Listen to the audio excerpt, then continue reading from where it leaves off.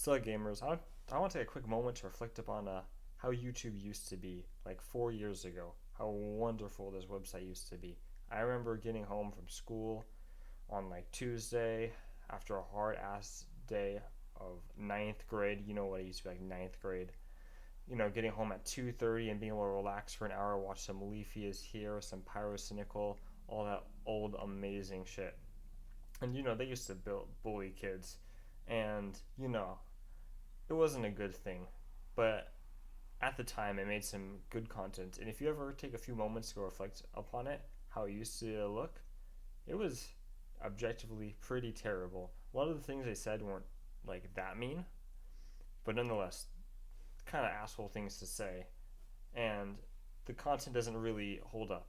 Now, when Leafy came back, maybe a few months ago, before he got completely banned off the platform, his content actually, the new content he made actually did very, very well. It was surprising. I remember, the H3H3 clip being taken out of context over and over about how Leaf will never survive on a modern platform. I bet that he could have if his old videos aren't up, which caused him to get kicked off. But those old videos were something truly important for the development of YouTube as a community, but also as a somewhat policing force of how things will no longer be. Now you can't make videos, cyberbullying small children. That's very unethical in the terms of YouTube, and objectively unethical in terms of everyone else's eyes. But you can't make there's sometimes you can't make valid criticism if it's repetitive. Like when Leafy made his Pokemon series, that was somewhat repetitive criticism, which can be seen as harassment, but nonetheless, I think it was still a lot of valid criticism. And to my personal bias out of the way, I don't like Pokimane. When she started taking down sponsors and kind of really going after YouTubers, it was like, come on, like, what the fuck, dude? We have these small creators, well, smaller creators with, 100,000 subscribers, finally getting sponsorships, finally getting somewhere in the YouTube career. And then a big Twitch streamer that can't take criticism comes in and just bodies everyone out of the way. I still don't like Pokimane for that, though I acknowledge that she, has stepped up for that.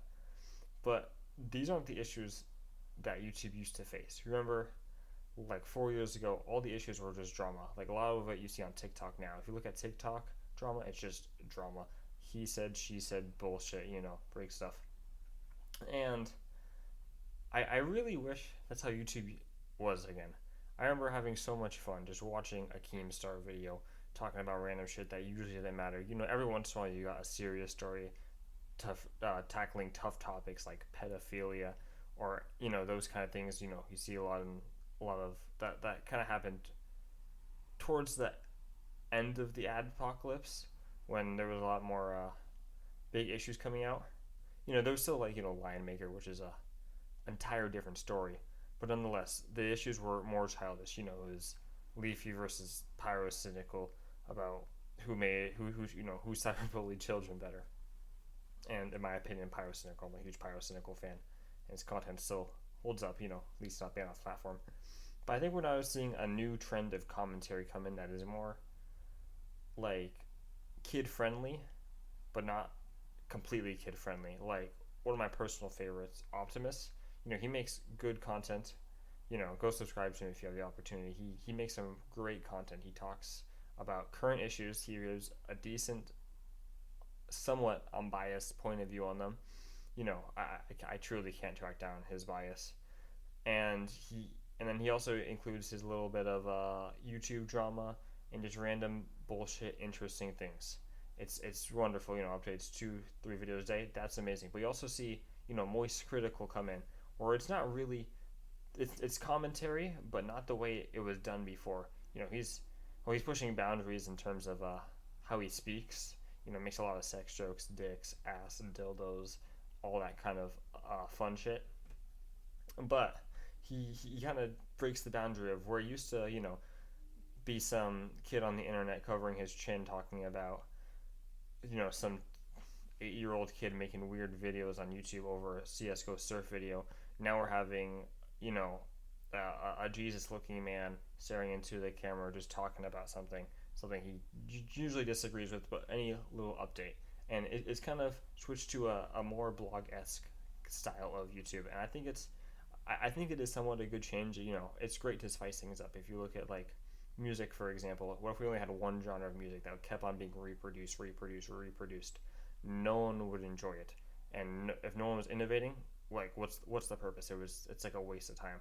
But it's great to see these new innovations come in. It makes the commentary community much more interesting. But the one concern I have is that the commentary community has such a bad press already with all these types of issues, like Leafy. Leafy is blacklisted on almost everything. Same with not Keemstar to the full extent, but a lot of people aren't super cash money with Keemstar, to say the least. And I think the commentary community now has this terrible reputation that doesn't truly define what it is now. Like, let's talk about Moist Critical. That's the best one. He recently posted a video about him, how he donates his money to help dogs, cats, other animals that are in need of vet services with owners that can't necessarily afford them. That is objectively an amazing thing to do. But nonetheless, we still have these, I wouldn't say bad apples because they truly made the commentary community what it is now, but these previous examples of how they would do a lot of boundary breaking, a lot of things that on current YouTube won't survive and don't survive, which is somewhat surprising to me because Leafy got taken down, but we never saw Pyro get taken down, who made very similar content. But nonetheless, it's really interesting to see how this progression of commentary has really changed. Like, if you go watch an old Pyrocynical video like 4 years ago, and then go watch an Optimus video that came out today, or a Moist Critical video that came out today, you see, hey, there is barely any similarity over this, and it's really crazy to think about all these changes. Now, one community that I'm iffy about is the reaction community on Twitch, which is I consider an off branch of commentary, because if you really think about it, they're just talking over a video. That's what Moist Critical does on his streams, but I would argue that Moist Critical does it much better. He provides fucking hilarious content and a lot of interesting ideas, and he really engages the chat. But if you watch XQC or Pokimane, they're very large streamers, and there's been times where they just sit there and eat food, and that's it. They don't talk, they don't provide anything to the video, and they just eat food and sit there, text on their phone, do whatever they feel like, and there's really no improvement on the content that is there. I think that causes a lot of issues within definitely copyright, because we know that on YouTube it's not okay to repost someone's video, but if you put your face in the corner, that makes it alright. I don't really think so, but I think it's these high platforms that many of these streamers are put on. YouTube is not gonna go out of their way to ban Pokimane. They went out of their way to ban Belle Delphine, but that's a different story. She was sexual, while Pokimane is not. They're both huge names. But Pokimane, there's nothing violating other than that copyright issues, which is, I believe, definitely enough to kick someone off the platform. I think there are huge issues with copyright. I think it needs to be protected a little bit more than it is right now, because people spend a lot of time at making this content.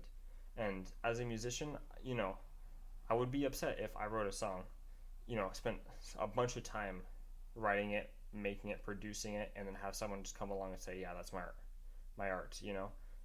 Any painter would have that same feeling. Anyone in that industry would have that same feeling. And that's what I feel like a lot of the big streamers like Pokimane and XQC are doing right now.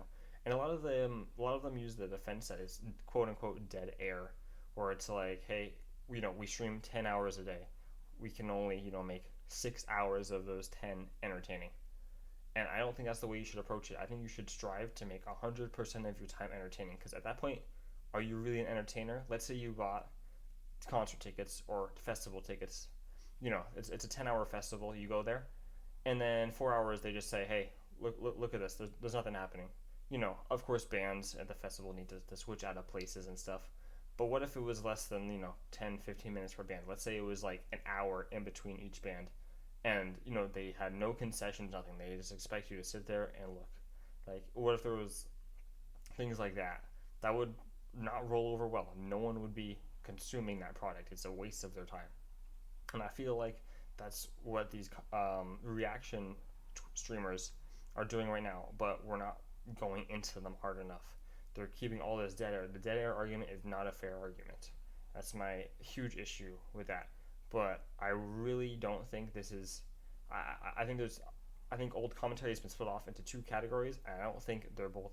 I think one's good. I think the other one's terrible. The Twitch reaction channels, which are somewhat of a form of commentary, other than Moist Critical is an exception to this rule, are going terrible, and I think they're um, doing things that are ultimately bad for YouTube and Twitch as an art form.